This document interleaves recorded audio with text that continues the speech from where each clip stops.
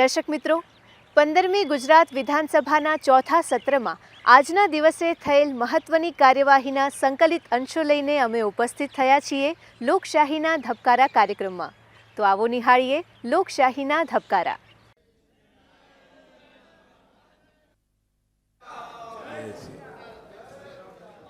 Order एक तारांकित प्रश्नोत्तरी। मान्य सभ्य श्री सी.के. रावल जी।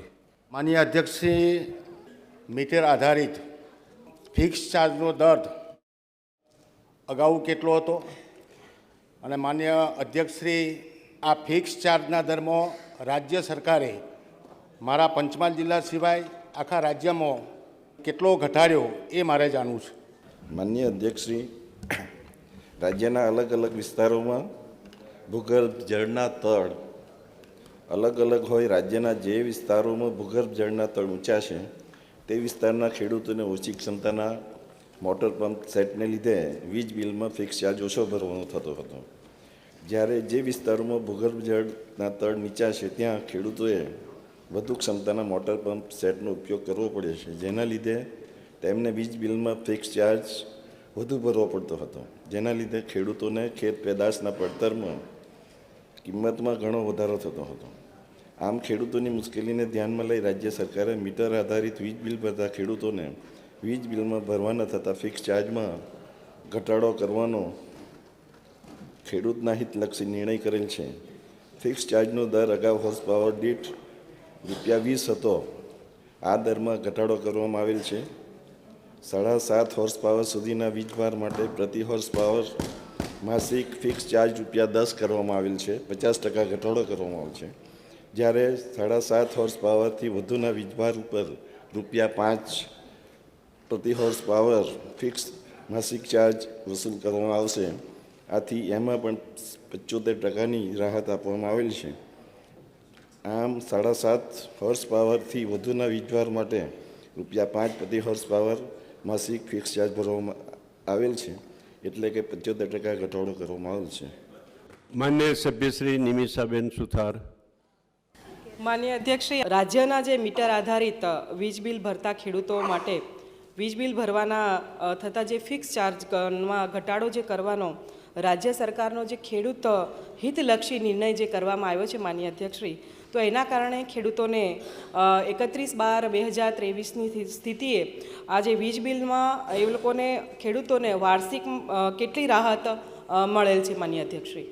માનનીય અધ્યક્ષશ્રી, રાજ્યના મીટ આધારિત વીજ બિલ ભરતા સમગ્ર ગુજરાતના ખેડૂતોને વીજ બિલમાં ભરવાના થતા ફિક્સ ચાર્જમાં ઘટાડો કરવાના રાજ્ય સરકારના ખેડૂતહિતલક્ષી નિર્ણયને કારણે 31/12/23ની સ્થિતિએ રાજ્યના મીટર આધારિત વીજ બિલ ભરતા 14 લાખ ખેડૂતોને વીજ બિલમાં વાર્ષિક ₹221નો ઘટાડો થશે।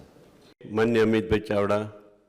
માનનીય અધ્યક્ષ, 300 યુનિટ સુધીના જે વપરાશકારો છે, એટલે લગભગ બીપીએલમાં આવતા હોય એવા વપરાશકારોને આપણે આ વીજ ડ્યુટી માફ કરવા માગીએ છીએ કે કેમ? માનનીય અધ્યક્ષશ્રી, ખાસ કરીને ઇલેક્ટ્રિસિટી ડ્યુટી માટે મારે કહેવું જોઈએ કે રાજ્યમાં રહેણાંક કક્ષાના ગ્રાહકો પાસેથી વર્ષ 1983થી ઇલેક્ટ્રિસિટી ડ્યુટી વસૂલવામાં આવે છે, કોંગ્રેસના સમયથી। ગ્રામ્ય વિસ્તારના રહેણાંક ગ્રાહકો પાસેથી 83માં 20%ના દરે ઇલેક્ટ્રિસિટી ડ્યુટી વસૂલવામાં આવતી હતી। વર્ષ 2007માં વેરાનો દર ઘટાડીને 10% કરવામાં આવેલ છે અને વર્ષ 2012માં તેમાં વધુ ઘટાડો કરીને 7.5% કરવામાં આવેલ છે। ગ્રામ્ય વિસ્તારના રહેણાંક ગ્રાહકો પાસેથી વાર્ષિક 250ના વપરાશ સુધી કોઈ ઇલેક્ટ્રિસિટી ડ્યુટી વસૂલ કરવામાં આવતી નથી। શહેરી વિસ્તારના રહેણાંકો પાસેથી 40 યુનિટ સુધીના વપરાશ ઉપર 1983માં 25%ના દરે ઇલેક્ટ્રિસિટી ડ્યુટી વસૂલવામાં આવતી હતી। વર્ષ 2006માં વેરાનો દર ઘટાડીને 20% કરવામાં આવેલ અને 2012માં વધુ ઘટાડો કરી 15% કરવામાં આવેલ। શહેરી વિસ્તારના રહેણાંક ગ્રાહકો પાસેથી 40 યુનિટથી વધુના વપરાશ ઉપર 1983માં 40%ના દરે ઇલેક્ટ્રિસિટી વસૂલવામાં આવતી હતી। વર્ષ 2006માં આ વેરાનો દર ઘટાડીને 20% કરવામાં આવેલ છે અને 2012માં તેમાં વધુ ઘટાડો કરી 15% કરવામાં આવેલ છે। ખેતીના હેતુસર બોર અથવા કૂવા થકી કરવામાં આવેલી સિંચાઈ માટે થતા વીજ વપરાશ ઉપર ઇલેક્ટ્રિસિટી ડ્યુટી લેવામાં આવતી નથી। કેન્દ્ર તેમજ રાજ્ય સરકારના રહેણાંક સિવાયની પ્રિમાઇસીસના કિસ્સામાં ઇલેક્ટ્રિસિટી લેવામાં આવતી નથી. કેન્દ્ર અને રાજ્ય સરકાર દ્વારા સ્થાપિત સ્થાનિક સ્વરાજ્યની સંસ્થાઓ, notified area, containment board, granted અનાથ આશ્રમ, વૃદ્ધાશ્રમ, ઇલેક્ટ્રિક સ્મશાન ગૃહ પાસેથી ઇલેક્ટ્રિસિટી લેવામાં આવતી નથી. નહીં નફો નહીં નુકસાનના ધોરણે કાર્યરત હોસ્પિટલ અને ડિસ્પેન્સરી પાસેથી ઇલેક્ટ્રિસિટી ડ્યુટી લેવામાં આવતી નથી. બિનપરંપરાગત ઉર્જા સ્ત્રોતમાંથી વીજળીના વપરાશ ઉપર ઇલેક્ટ્રિસિટી ડ્યુટી લેવામાં આવતી નથી. સેજમાં સ્થપાતા નવા ઉદ્યોગોને પ્રોત્સાહન આપવા 10 વર્ષ માટે ઇલેક્ટ્રિસિટી ડ્યુટીમાંથી રાહત આપવામાં આવે છે. માન્ય શામજીભાઈ ચૌહાણ. માન્ય અધ્યક્ષશ્રી, સબસ્ટેશન નજીક આવેલ ખરાબાની પડતર જમીનમાં સૌર ઉર્જા પ્રોજેક્ટ કરવાની યોજના શું છે અને આ યોજનાના ઉદ્દેશ શું છે? સુરેન્દ્રનગર જિલ્લામાં સ્થાપિત કરવામાં આવેલ ખાડિયા સોલાર પ્રોજેક્ટ દ્વારા કેટલા સબસ્ટેશનો, કેટલા ખેતીવાડી ફીડરોમાં દિવસે વીજ પુરવઠો આપવામાં આવે છે અને કેટલી ખેતીવાડી વીજ ગ્રાહકોને લાભ મળે છે? માન્ય અધ્યક્ષશ્રી, ગુજરાતના તત્કાલીન મુખ્યમંત્રીશ્રી અને આપણા ભારતનું ગૌરવ એવા લોકનાયક માન્ય વડાપ્રધાન શ્રી નરેન્દ્ર મોદીજીના સક્ષમ નેતૃત્વ હેઠળ ગુજરાતના ગ્રામીણ વિસ્તારોમાં 24 કલાક 3 ફેઝ વીજ પુરવઠો આપવાનું વિઝન હતું અને 18 વર્ષ પહેલાં જ્યોતિગ્રામ યોજના હેઠળ અમલમાં મૂકવામાં આવ્યું.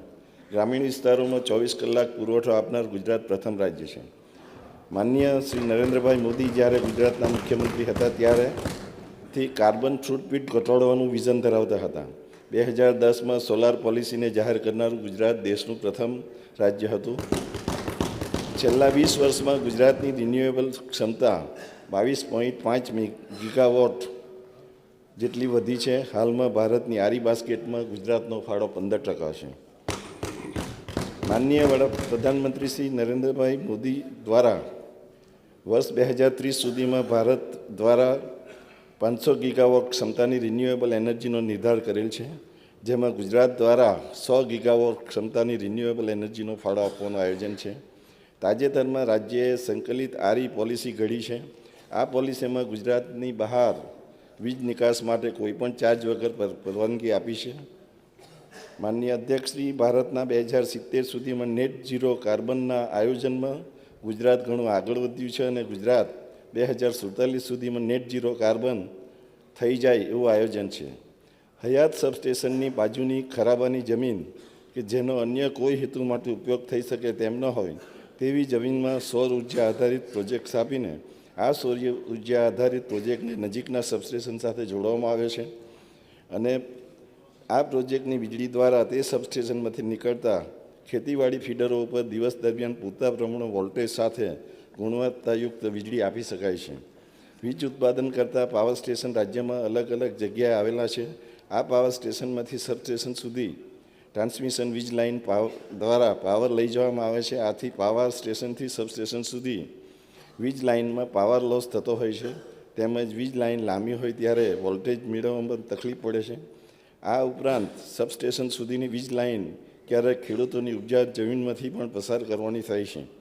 આમ બિનઉપયોગી પડતર જમીનના ઉપયોગ, વીજ લાઇનનો પાવર લોસ અને ખેડૂતોને દિવસે વીજળી એવા ત્રિવિધ ઉદ્દેશ સાથે એક નવતર અભિગમ અપનાવીને રાજ્યમાં આવા સૌર ઉર્જા પ્રોજેક્ટ સ્થાપવાનું આયોજન કરવામાં આવેલ છે.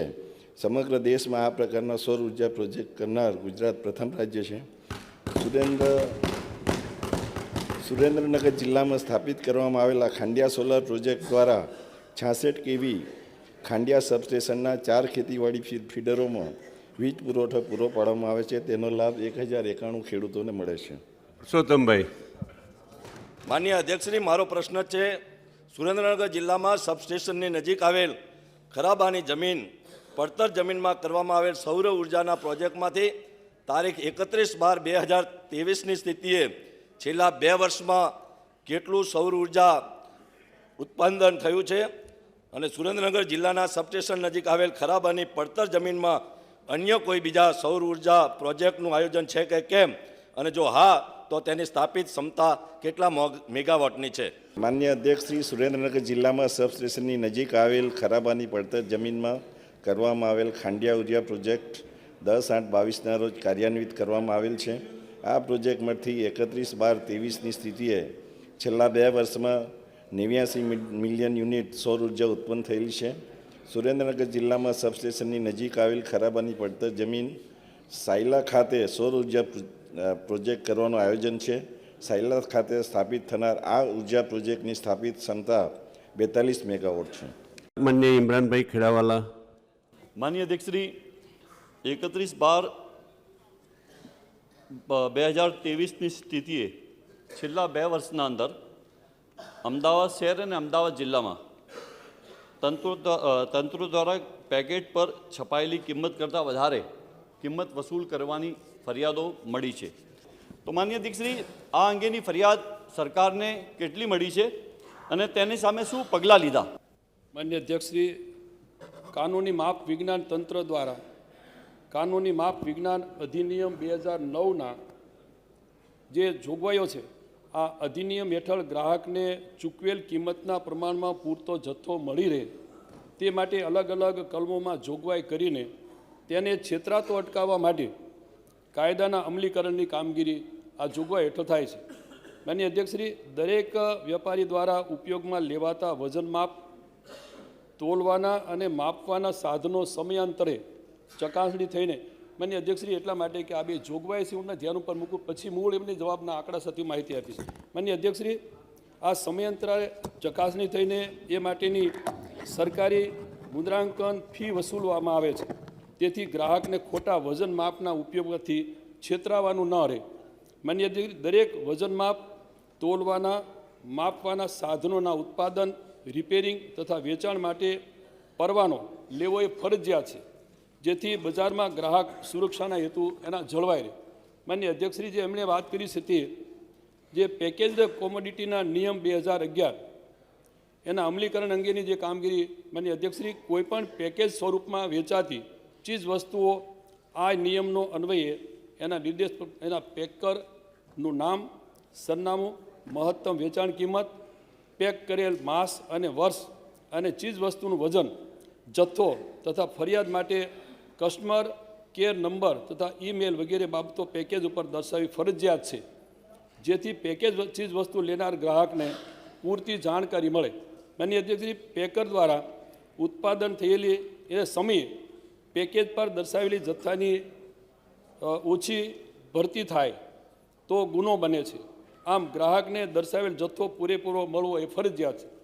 માન્ય અધ્યક્ષશ્રી, કોઈપણ પેકર અથવા તો હોલસેલર અથવા રિટેલર પેકેજ ઉપર છાપેલી મહત્તમ વેચાણ કિંમતથી વધારે કિંમતે પેકેજ વેચાણ કરી શકશે નહીં. માન્ય અધ્યક્ષશ્રી, આ વેચાણ કિંમતમાં પણ છપાઈ ગયા પછી એમાં કોઈ ફેરફાર પણ કરી શકશે નહીં. માન્ય અધ્યક્ષશ્રી, આ બંને જોગવાઈઓ હેઠળ અને નિયમો હેઠળ જો એનો ભંગ થાય તો એના ગુના બદલ 150 રૂપિયાથી શરૂ કરી અને 7,500 રૂપિયા સુધીની ગુના માંડવાળ ફી પણ તંત્ર દ્વારા વસૂલ કરાય. માન્ય અધ્યક્ષશ્રી, એમણે જે 2 વર્ષની વાત કરીશ ત્યારે 2022માં 63 એકમો આ પેકેજ ઉપર જે ફેરફારને કારણે એ નોંધાયેલા ગુના, પછી એવું જ 2023માં બીજા વર્ષમાં એમાં 36, કુલ આ 2 વર્ષના સમય દરમિયાન આવા 99 એકમો ઉપર આ થોડી ફેરફારોને કારણે ગુનાઓ નોંધાયેલા. આ સમય દરમિયાન જે 2022માં 1,49,049નો એનો દંડ વસૂલ કરવામાં આવેલો, એટલે માંડવાળ ફી વસૂલ કરવામાં આવેલી. પછીના બીજા 23ના વર્ષમાં 1,13,000, આમ કુલ 2 વર્ષ માટે જે 2,62,000 માંડવાળ ફી વસૂલ કરવામાં આવેલી. માન્ય અધ્યક્ષશ્રી, જે અહીંથી વાત થઈ તેમ આ શહેર અને જિલ્લામાં જે ખાસ કરીને હોટલોની વગેરે રેસ્ટોરન્ટની વગેરે વાત કરી, એમાં 2022માં જે કેસ કરવામાં આવ્યા છે એ 7 કર્યા છે અને એના માટે સામે 14,000 જેટલી જે ગુના અંગેની માંડવાળ ફી વસૂલ કરવામાં આવી છે. એ પ્રમાણે 2023ના વર્ષમાં આવા 6 કેસ કરવામાં આવ્યા છે અને એની સામે 12,000 જેટલી આ ફી વસૂલ કરવામાં આવી છે. હાઈવે પરની હોટલો MRPના કરતાં વધુ કિંમત લેવાના જ્યાંથી ફરિયાદ કે રજૂઆત આવેલી હોય છે ત્યાં પણ માનનીય અધ્યક્ષશ્રી અમારા અધિકારીઓ એની તપાસ કરતા હોય છે અને જ્યાં જ્યાં આવું ધ્યાન ઉપર આવે એની ગુનો દાખલ કરીને માંડવાળ ફી પણ વસૂલ કરવામાં આવતી હોય છે. માનનીય અધ્યક્ષશ્રી, એમને કહ્યું કે અમદાવાદની અંદરથી પણ આવી એક ફરિયાદ મળેલી કે જ્યાંથી તપાસ કરતા એના ઉપરથી પણ અમે ગુનો દાખલ કરીને એની પણ તપાસ કરીને ગુનો દાખલ કરીને માંડવાળ ફી વસૂલ કરવામાં આવેલી. મને સભ્યશ્રી અમિતભાઈ ઠાકર. અધ્યક્ષજી, વધુ ભાવ લઈને ગ્રાહકને છેતરતા જે વેપારીઓ હોય એ માટે શું કાર્યવાહી કરવામાં આવે છે અધ્યક્ષશ્રી, ખાસ કરીને જ્યારે વધુ ભાવલા અને ગ્રાહકને છેતરવા બદલ જે અમારા તંત્ર દ્વારા જે કામગીરી કરવામાં આવે છે એમાં કોઈ પણ પેકેટ ઉપર લખવામાં આવેલ MRP એના કરતાં વધુ ભાવ લેવામાં એને માલુમ પડે તો પેકેજડ કોમોડિટીના નિયમ 2011ના નિયમ 18(2) પેટા નિયમ મુજબ આવા વેપારી એકમો સામે ગુનો નોંધીને પેકેજડ કોમોડિટીના નિયમ 2011ના નિયમ 32(3) મુજબ ગુના માંડવાળ ફી વસૂલ કરવામાં આવે છે. માનનીય અધ્યક્ષશ્રી, અમને માન્ય સભ્યશ્રીએ કહ્યું કે આની ફી અથવા તો ગુનો કોણ નોંધે, તો તાલુકા કક્ષાએ હોય ત્યાં ફરજ બજાવતા જુનિયર નિરીક્ષક આ કાનૂની વિજ્ઞાન તથા વેપારી એકમો સામેનો ગુનો નોંધવાની સત્તા છે. માનનીય અધ્યક્ષશ્રી, એ પ્રમાણે મદદનીશ નિયંત્રકશ્રી જે કાનૂની માપ વિજ્ઞાન જિલ્લા કક્ષાએ હોય તો એ ગુના માંડવાળ ફી વસૂલ કરવાની કામગીરી કરે છે. માન્ય લવિંગજી. માન્ય અધ્યક્ષશ્રી, છેલ્લા 1 વર્ષમાં પાટણ જિલ્લામાં કુલ કેટલા ખેડૂતોને વીજ બિલમાં વાર્ષિક કુલ કેટલી રાહત મળેલ છે? માન્ય અધ્યક્ષશ્રી, 31/12/23ની સ્થિતિએ પાટણ જિલ્લામાં મીટર આધારિત વીજ બિલ ભરતા તાલુકાવાર ખેડૂતોને વીજ બિલમાં ફિક્સ ચાર્જમાં રાહત આપવામાં આવેલ છે. ચાણસમમાં 970 ખેડૂતોને 60 લાખ, હારીજમાં 2156 ખેડૂતોને 65 લાખ, પાટણમાં 2423 ખેડૂતોને 1,76,00,000 લાખ, રાધનપુરમાં 2493 ખેડૂતોને 38 લાખ, સમીમાં 783 ખેડૂતોને 30 લાખ, શંખેશ્વરમાં 690 ખેડૂતોને 16 લાખ, સાંતલપુરમાં 338 ખેડૂતોને 22 લાખ, સરસ્વતીમાં 1730 ખેડૂતોને 1,05,00,000 લાખ, સિદ્ધપુરમાં 1526 ખેડૂતોને 96 લાખ, આમ ટોટલ 13,109 ખેડૂતોને 6,05,00,000ની રાહત આપવામાં આવેલ છે. માન્ય ગીતાબા જાડેજા. માનનીય અધ્યક્ષશ્રી, વીજળીની પડતર કિંમત શું છે તેની સામે ખેડૂત માટે વીજ દર શું રાખવામાં આવે છે? અને માનનીય અધ્યક્ષશ્રી, તારીખ 31/12/2023ની સ્થિતિએ મીટર આધારિત વીજ બિલ ભરતા ખેડૂતોને વીજ બિલમાં ફિક્સ ચાર્જમાં રાહત માટે કંઈ નિર્ણય કરવામાં આવેલ છે કે કેમ? જો હા, તો ઉક્ત સ્થિતિએ છેલ્લા કેટલા વર્ષમાં રાજકોટ જિલ્લામાં કુલ કેટલા ખેડૂતોને વીજ બિલમાં વાર્ષિક કુલ કેટલી રાહત મળેલ છે? માન્ય અધ્યક્ષશ્રી, રાજ્યમાં ખેડૂતો માટે 2 પ્રકારના વીજ દર છે, હોર્સ પાવર આધારિત અને મીટર આધારિત. હોર્સ પાવર આધારિત વીજ બિલ ભરતા ખેડૂતો માટે ગુજરાત વીજ નિયમન પંચે જાહેર કરેલ વીજ દર 2400 રૂપિયા પ્રતિ હોર્સ પાવર છે, પરંતુ ખેડૂતોએ માત્ર 665 રૂપિયા ભરવાના થાય છે અને ખેડૂતો વતી હોર્સ પાવર દીઠ 1735 રૂપિયાની સબસિડી રાજ્ય સરકાર ભોગવે છે. મીટર આધારિત વીજ બિલ ભરતા ખેડૂતો માટે માત્ર 60 પૈસા પ્રતિ વીજ દર વસૂલવામાં આવે છે. આ 1 યુનિટ વીજળીની પડતર કિંમત એવરેજ કોસ્ટ ટુ સર્વ 7.77 રૂપિયા છે. ખેડૂતો પાસે ફક્ત 60 પૈસા વસૂલવામાં આવે છે. જિગ્નેશભાઈ ભીમાણી. સમગ્ર ગુજરાતમાં ખેતીવાડી વીજળીના કનેક્શનનો આંકડો કેટલો છે? કેટલા ખેડૂતોને આપણે ખેતીવાડી વીજ જોડાણ આપીએ છીએ અને એ આપવા બદલ રાજ્યની સરકારનો દર વર્ષે સરકારી ખર્ચ કેટલો થાય છે? આપણે હવે ફક્ત 3 થી 6 મહિનાનો જ પેન્ડિંગ રહેશે અને અનુસૂચિત જાતિ અને આદિજાતિ ખેડૂતોને ફ્રી કનેક્શન આપવામાં આવશે. માન્ય મોહનભાઈ કોંકણી. માનનીય અધ્યક્ષશ્રી, કાકરાપાર જમણા કાંઠા મુખ્ય નહેરની મૂળ વહન ક્ષમતા કેટલી હતી અને તેમાં કેટલો વધારો કરવામાં આવેલ છે? અને માનનીય અધ્યક્ષશ્રી, વહન ક્ષમતા વધારવાના કામો ક્યારે કરવામાં આવ્યા અને તેની પાછળ કેટલો ખર્ચો થયો છે અને કેટલા વિસ્તારને લાભ મળે છે અને આ કામો થવાથી ખેડૂતોને શું લાભ થશે? માનનીય અધ્યક્ષશ્રી, સભ્યશ્રીએ જે પ્રશ્ન પૂછ્યો છે, માનનીય અધ્યક્ષશ્રી,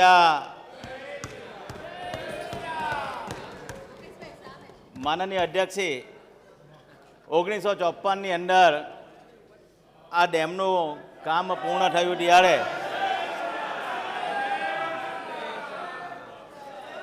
ઓર્ડર. માનનીય અધ્યક્ષશ્રી, 1954ની અંદર આ ડેમનું કામ પરિપૂર્ણ થયું હતું ત્યારે આ ડેમની અંદર પાણી વહેવાની કેપેસિટી, જે કેનાલની કેપેસિટી હતી, એ કેપેસિટી લગભગ 2480 ક્યુસેકની આ કેપેસિટી હતી. માનનીય અધ્યક્ષશ્રી, પહેલાં આપણે જોતા ખેડૂત 6 મહિના ખેતી કરતા હતા, 4 મહિના આપણે જમીન પડતર મૂકતા હતા. ધીરે ધીરે દેશના વડાપ્રધાન અને તત્કાલ મુખ્યમંત્રીશ્રીએ ખેડૂતોની આવક બમણી કરવા માટે હવે પછી 12 માસ ખેતી કરતા આપણે થયા હતા. ત્યારે 12 માસે ખેતી કરીએ એટલે સ્વાભાવિક છે આપણી પાણીની જરૂરિયાત પડે, કેપેસિટી વધારવી પડે. એટલા માટે તત્કાલ મુખ્યમંત્રી આજના દેશના વડાપ્રધાન નરેન્દ્રભાઈ મોદી સાહેબે 2011થી 2016ની અંદર આ કાંકરાપાર નહેરની અંદર સુધારો કરવાની એમણે તબક્કાવાર યોજના માનનીય અધ્યક્ષે બનાવી હતી. અને એની અંદર એમ જોવા જઈએ તો દક્ષિણ ગુજરાત આજે આ કાંકરા પર આધારિત છે. અને એની અંદર જોઈએ તો પહેલાં જે રીતે કેપેસિટી હતી તે રીતે જોવા જાય તો ક્યાંક પાણીનો પ્રભાવ પણ છે અને ક્યાંક પાણીનો અભાવ પણ હતો. પણ આ પાણીનો સમતલ રીતે પાણી તમામ ખેડૂતોને મળે એના માટેની માનનીય નરેન્દ્રભાઈ મોદી સાહેબે જે યોજના બનાવી હતી એમાં એ જે 2450 ક્યુસેકની પાણીની કેપેસિટી હતી એ કેપેસિટી વધારીને એ લગભગ 3650 ક્યુસેકની કેપેસિટી કરી. માનનીય અધ્યક્ષે પહેલાં જે રીતે કાચી કેનાલ હતી, ઉકાઈમાંથી જ્યારે કાંકરામાંથી પાણી છોડવામાં આવતું ત્યારે તેલ વિસ્તારની અંદર ભરૂચ અને સુરત જિલ્લાની અંદર જ્યારે પાણી પહોંચતું હતું, પાણી પહોંચવા માટે લગભગ 7 દિવસ સુધી નાકે પાણી પહોંચતું હતું. પણ જે રીતે સમગ્ર કેનાલ પાકી કરી એનાથી પાણીની કેપેસિટી પણ વધી અને જે વહન શક્તિ જે 7 દિવસનો ટાઈમ હતો એની જગ્યાએ આજે 4 દિવસની અંદર પાણી તેલ વિસ્તારની અંદર પહોંચે છે. એટલે જ્યાં પાણીનો પ્રભાવ હતો, જ્યાં અભાવ હતો ત્યાં સમતલ પાણી થઈને લોકોને મળે છે. એ જ રીતે આપણે જોવા જઈએ તો એમણે ખર્ચની વાત કરી. માનનીય અધ્યક્ષે આમ તબક્કાવાર આ 10 તબક્કાની અંદર આ કામ ચાલી રહ્યું છે. પ્રથમ તબક્કાની અંદર 2011થી 16ની અંદર 385 કરોડ રૂપિયાનું કામ થયું. માનનીય અધ્યક્ષે જે તે ટાઈમે આ મોટું 90 દિવસનું રોટેશન રાખવામાં આવ્યું હતું. હવે 90 દિવસના રોટેશનની અંદર સ્વાભાવિક છે ખેડૂતોને બધાને મનાવ્યા હતા અને એ ટાઈમે ખેડૂતોનો પાકને પણ નુકસાન ના થાય. પણ મારા વિભાગે એ જે નહેરની કેપેસિટી હતી જે 90 દિવસનો પીરિયડ હતો પણ અમે 80 દિવસની અંદર કામ પૂર્ણ કરીને ખેડૂતોને પાણી પહોંચાડ્યું હતું પહેલા તબક્કાની અંદર. અને માનનીય અધ્યક્ષે એ જે કેપેસિટી હતી કેપેસિટી વધારવાથી જે ભરૂચ અને સુરત જિલ્લાના 8 તાલુકાના 313 ગામ એટલે લગભગ 1,18,467 હેક્ટર જમીનને એની અંદર ઉનાળાનો પાક પણ ના લઈ શકતા હતા અને 6 મહિનાની અંદર જે કપાસ હતા, શેરડી હતા એના પાકમાં પાણી લઈ શકતા હતા. આના કારણે કેનાલની કેપેસિટી વધવાથી માનનીય અધ્યક્ષે જે ઉનાળાની અંદર જે ખેડૂતો ડાંગર બનાવતા હતા એ ડાંગરની અંદર લગભગ 2,000 કે 3,000 હેક્ટર ડાંગર બનાવી શકતા હતા. પણ માનનીય અધ્યક્ષે ભગવાનની ખૂબ મહેરબાની છે, દર વખતે ઉકાઈ ડેમ ભરાય છે એના કારણે 3650 ક્યુસેકની પાણીની કેપેસિટી કરવાથી એ જે 3,000 હેક્ટર ડાંગર બનાવતા હતા માનનીય અધ્યક્ષે આજે 18,000 હેક્ટર ડાંગરની ખેતી આ વિસ્તારમાં થઈ રહી છે. એના કારણે આ વખતે રેકોર્ડ બ્રેક એટલે લગભગ 200 કરોડ રૂપિયાનું ડાંગર આ વખતે ખેડૂતો પકવું છે. એટલે ખૂબ લાભ આ ટૂંકમાં જવાબ આપજો. માનનીય અધ્યક્ષે આ 9મા અને 14મા પ્રશ્ન એક જ છે. માન્ય સભ્ય શ્રી કાંતિભાઈ અમૃતિયા. જે અમારી જે મોરબી જિલ્લાની ભૌગોલિક રીતે નર્મદાનું પાણી આવતું હોય અને છેલ્લે આવે છે પછી પાણી જે નથી વાપરતા ખેડૂત એટલે દરિયામાં વહી જાય છે. એટલે લગભગ 40 તળાવ ભરવાની યોજના તો કરી લીધી સરકારે એટલે આભાર માનવું. પણ લગભગ 60 તળાવ એ પાણી દરિયામાં ન જાય એવા હજી 20 તળાવ છે પાણી છે આપણા પાસે દરિયામાં જાય તો એ ભવિષ્યમાં આયોજન કરીને 20 થી 25 માન્ય મંત્રી શ્રી ચેકડેમોનો વિષય છે. આ ચેકડેમ બનાવવા માટેની જ વાત છે. મને કાંતિભાઈને એટલા માટે કે અગાઉ જે ખાસ કરીને દરિયામાં પાણી જતું એવા ક્યાંક ચેકડેમો તૂટી ગયેલા માટીના અને વગેરે એ રિપેરિંગ કરવા માટેનું પણ અમારું આયોજન છે. સાથે કદાચ તમારા ધ્યાન ઉપર એ પાણી દરિયામાં ન જાય અને જે ખાસ મીઠું પકવતા લોકો છે એને નુકસાન ન થાય એટલે અમે આ વખતે માન્ય આપણા મુખ્યમંત્રીશ્રી અને માન્ય કનુભાઈને એમને વાત મૂકી. એમણે આપણને એક અલગથી જોગવાઈ કરી આપી છે કે એ વિસ્તારની અંદર આપણે માટીના પોન્ડ તળાવ કે જેથી આ પાણી છે એ ખારા પાટમાં ન જાય અને જે દરિયામાં મીઠું પકવતા હોય એ મીઠું ધોવાઈ ન જાય એટલે આવું બધું પાણી ત્યાં રોકાય એના માટીના તળાવ પોન્ડ બનાવવા માટેનું આ વખતનું આયોજન છે. માન્ય હર્ષદભાઈ પટેલ. માન્ય અધ્યક્ષશ્રી, ફીડર વિભાજન કરવાની ક્યારે જરૂર પડે છે અને ફીડર વિભાજન કઈ કઈ યોજના હેઠળ થાય છે? માનનીય અધ્યક્ષશ્રી, જ્યારે ફીડર ઉપર લોડ વધે ત્યારે અથવા ફીડરની લંબાઈ વધવાના કારણે ફીડરના છેલ્લે આવેલા ગ્રાહકને પૂરતા વોલ્ટેજ ન મળે ત્યારે વિભાજન કરવાની જરૂર પડે છે. આ સિવાય ખાસ કિસ્સામાં જ્યારે અધિકતમ લોડ અને વોલ્ટેજ રેગ્યુલેશન નિયત મર્યાદામાં હોય પરંતુ ફીડરની કુલ લંબાઈ 20 કિલોમીટરથી વધુ હોય અને જો વીજ વિક્ષેપ એટલે કે ઇન્ટરપ્શન વધુ હોય તો આ કિસ્સામાં ફીડરનું વિભાજન કરવામાં આવે છે. ફીડરનું વિભાજન સરકારશ્રીની યોજનાઓ હેઠળ કરવામાં આવે છે. સાગરખેડુ સર્વાંગી વિકાસ યોજના. આ યોજના હેઠળ સાગરકાંઠા વિસ્તારના વીજ ગ્રાહકોને સાતત્યપૂર્ણ અને ગુણવત્તાયુક્ત વીજળી મળે એ માટે સાગરકાંઠા વિસ્તારના વીજ ગ્રાહકોને વીજ પુરવઠો પૂરો પાડતા ફીડરનું વિભાજન કરવામાં આવે છે. સરદાર કૃષિ જ્યોતિ યોજના. આ યોજના હેઠળ ખેતીવાડી વીજ ગ્રાહકોને સાતત્યપૂર્ણ અને ગુણવત્તાયુક્ત વીજ પુરવઠો મળે તે માટે ખેતીવાડી વીજ ગ્રાહકોને વીજ પુરવઠો પૂરો પાડતા ખેતીવાડી ફીડરનું વિભાજન કરવામાં આવે છે. નોર્મલ એજી એગ્રીકલ્ચર ફીડરનું બાયફર્કેશન. વનબંધુ યોજના 2 હેઠળ આદિજાતિ વિસ્તારના વીજ ગ્રાહકોને સાતત્યપૂર્ણ અને ગુણવત્તાયુક્ત વીજ પુરવઠા માટે આદિજાતિ વિસ્તારના ફીડરનું વિભાજન કરવામાં આવે છે. સિસ્ટમ ઇમ્પ્રુવમેન્ટ યોજના.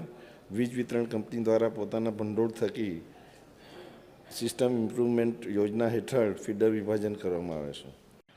દર્શક મિત્રો, ફરી મળીશું આવતા સપ્તાહે. ત્યાં સુધી રજા આપશો. નમસ્કાર.